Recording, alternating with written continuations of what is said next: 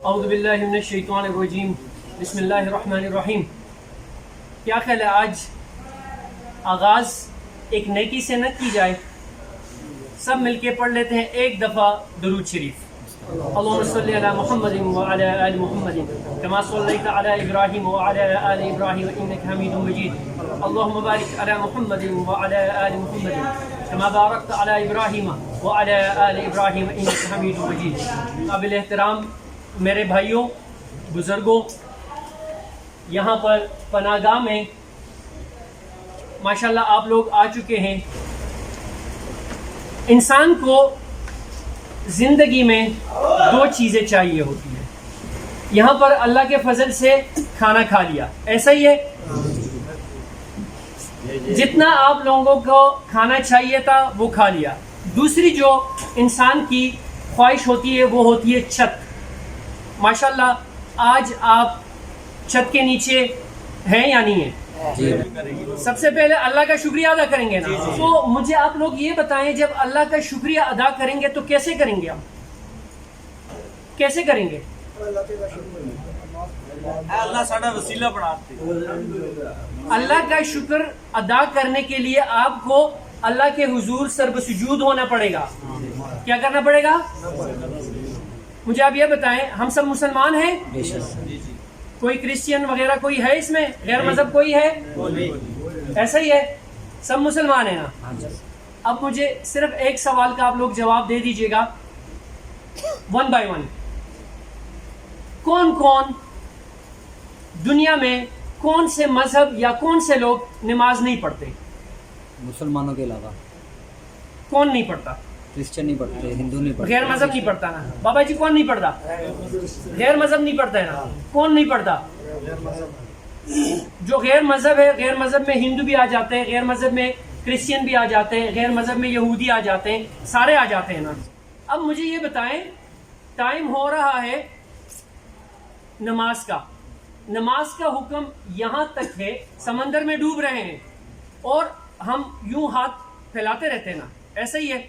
اور اللہ کا حکم یہ ہے کہ یہ بند دیکھیں، میں نے ہاتھ یوں اوپر کیا ہوا ہے، ٹھیک ہے، اور یہ بند نظر آ رہی ہے آپ کی، یہ والا بند، ٹھیک ہے.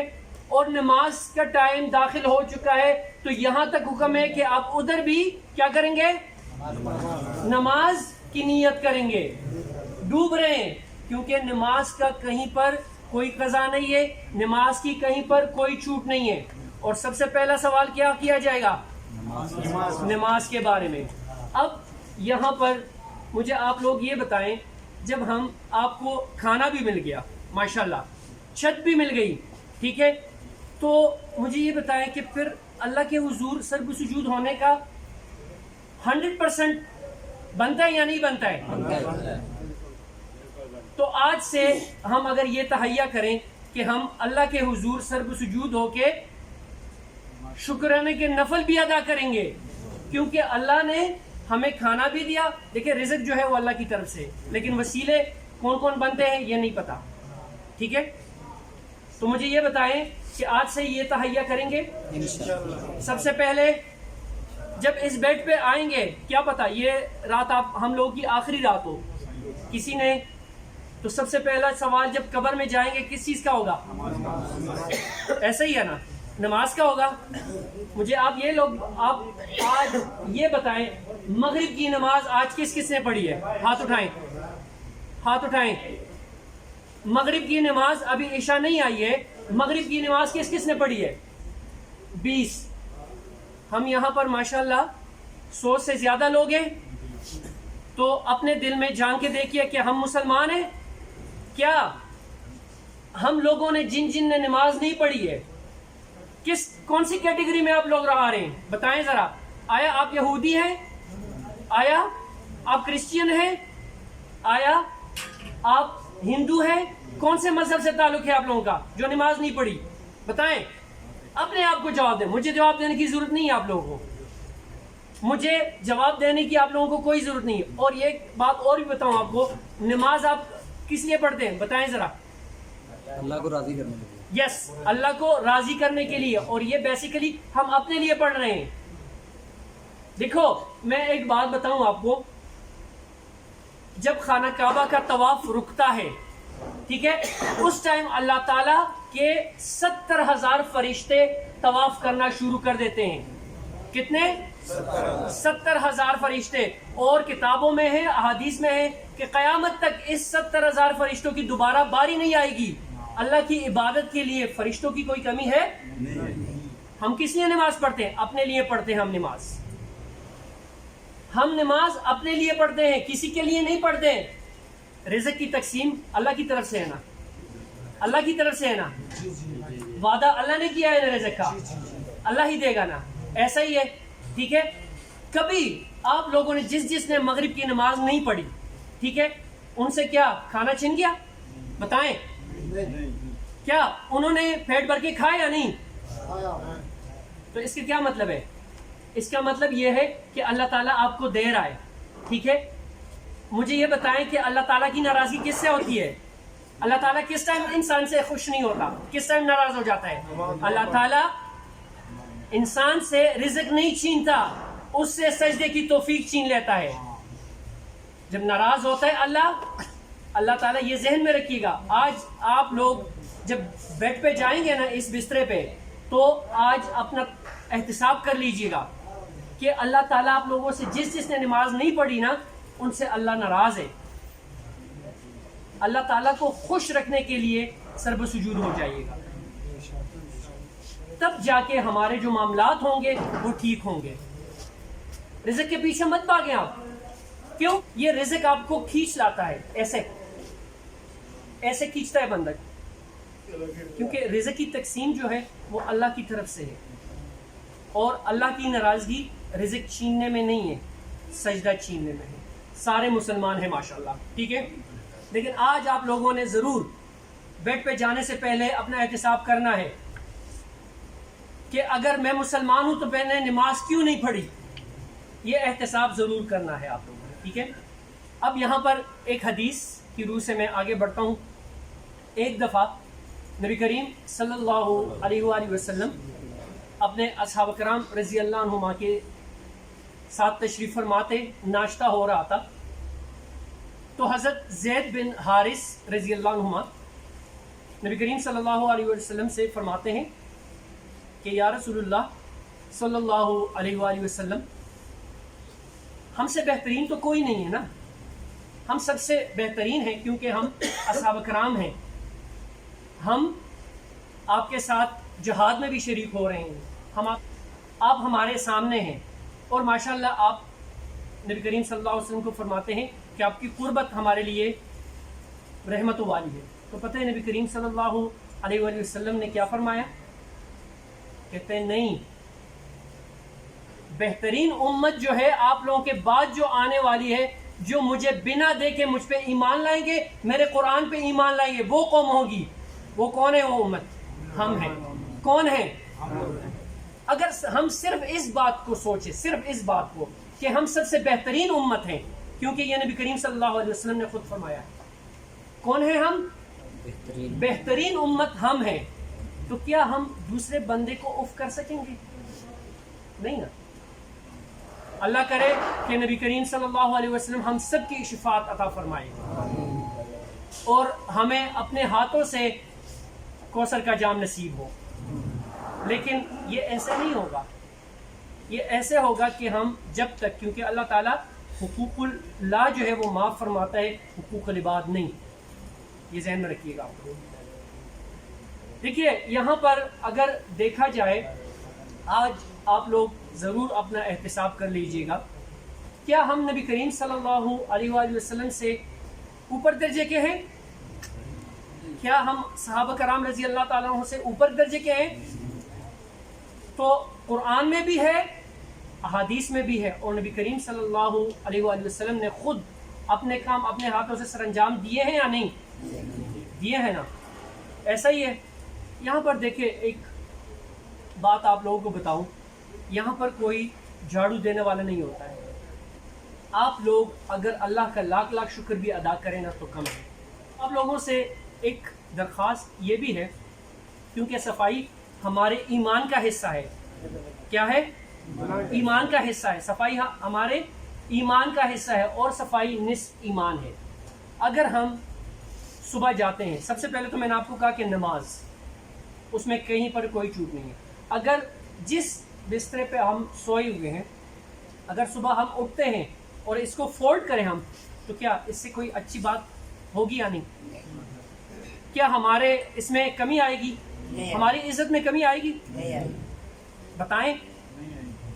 اگر میں اس بسترے کو صحیح طریقے سے فولڈ کروں اور رکھوں، کیونکہ یہ جس نے مجھے یہ بسترا عطا کیا، جس نے مجھے یہ چارپائی دی، جس نے مجھے یہ چھت دیا، ان کا احسان ہے یا نہیں؟ ہے نا. تو ہم کیا کریں گے؟ ان کے احسان کا بدلہ کیسے دیں گے؟ الٹا یہ ہم سارا کچھ بگاڑ لیں گے. تو آپ لوگوں سے یہی ایک چھوٹی سی ریکویسٹ ہے کہ یہاں کی صفائی ستھرائی، کیونکہ ہمارے نبی کریم صلی اللہ علیہ وآلہ وسلم نے صفائی نصف ایمان قرار دیا ہے، اور انہوں نے ہر کام اپنے ہاتھوں سے فرمایا ہے. ایسا ہے؟ تو اگر ہم اپنے ہاتھوں سے کام کریں، اپنے کام اپنے ہاتھوں سے کریں، اپنا بسترا باندھیں، ٹھیک ہے، فولڈ کریں، ٹھیک ہے، واش روم کی صفائی کا خیال رکھیں، تو کیا ہماری عزت میں فرق آئے گا؟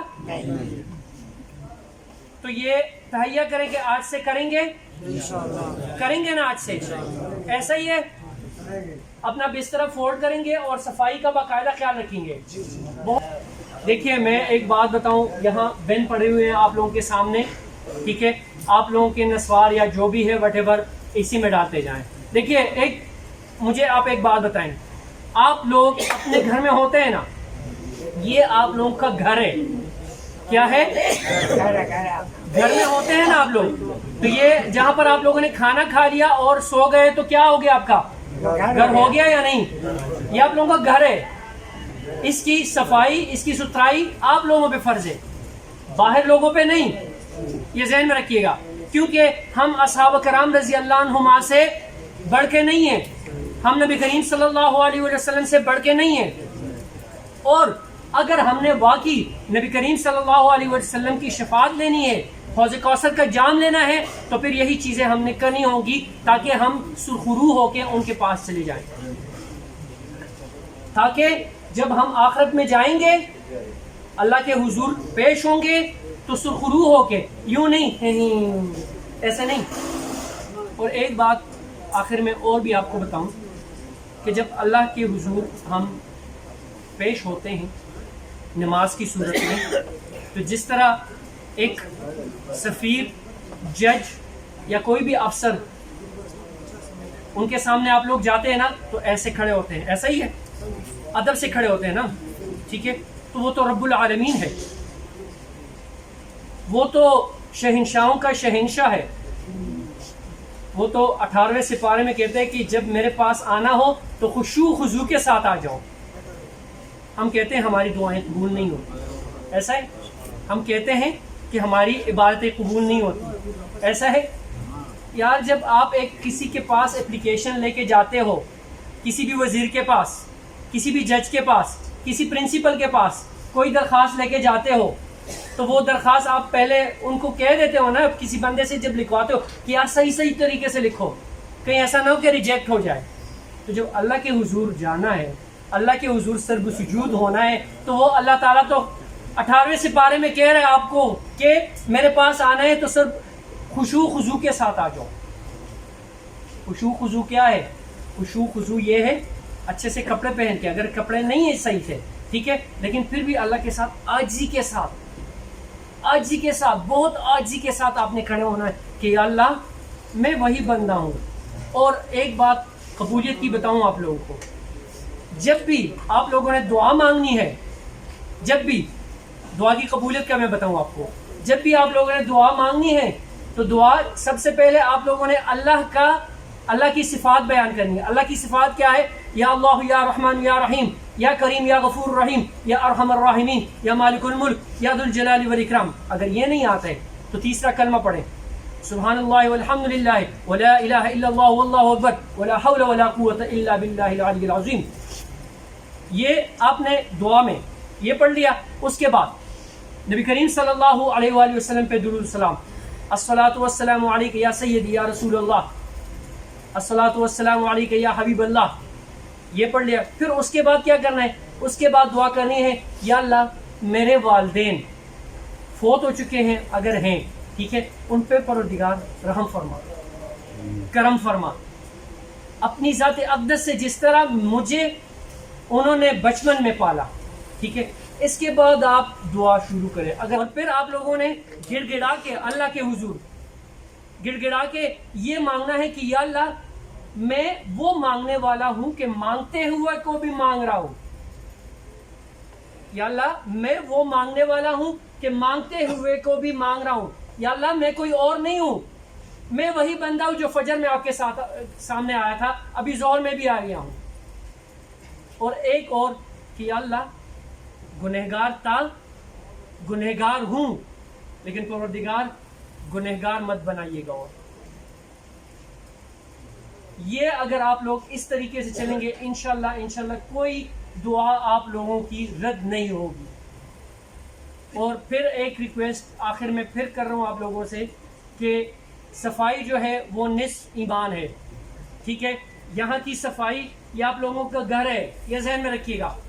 آپ لوگ کہیں اور نہیں ہو، اپنے گھر میں ہی ہو، اور ماشاءاللہ محفوظ ہو.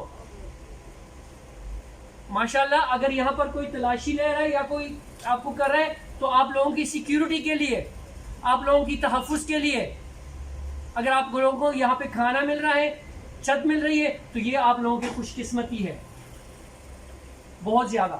اور ان لوگوں کے لیے اسپیشل دعائیں کیا کرے جو یہ سارا کچھ مینج کر چکے ہیں، جو یہ پناہ گاہ بنا چکے ہیں جگہ جگہ پہ، چاہے وہ صدر پاکستان ہو، چاہے وہ وزیر اعظم پاکستان ہو، یا چاہے XYZ جو بھی ہو.